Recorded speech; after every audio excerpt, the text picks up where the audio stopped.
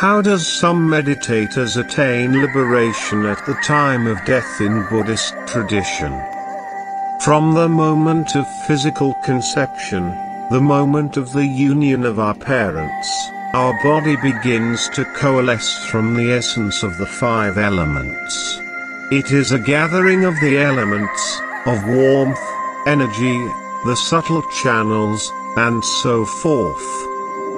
When we die, these five elements gradually separate and dissolve into each other.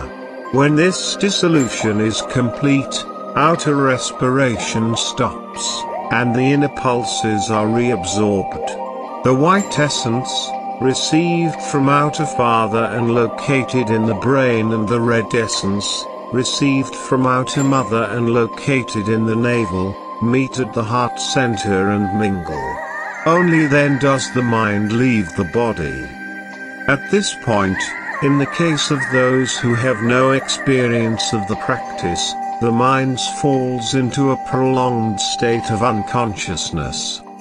But for those who are accomplished master or experienced meditators, the consciousness will, after 2 minutes or so, dissolve into space, and space will dissolve into luminosity. The fruition of meditation for those who practice is precisely this so-called dissolution into luminosity, which is pure and untarnished like the sky. It occurs when the inner pulse stops. If a person has achieved stability in the recognition of luminosity during meditation, then as soon as the experience of untarnished space arises, there occurs the so-called meeting of the mother and child luminosities, space and awareness.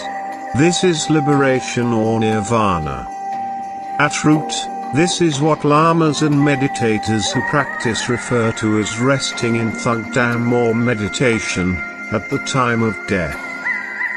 Thugdam is nothing more than this. The mother and child luminosities mingle, stability in the phases of creation and perfection is gained. But those who have no experience of meditation and spiritual practices fail to recognize this luminosity. They faint when the experience of blackness arises, only to reawaken into the fearful perception of bardo.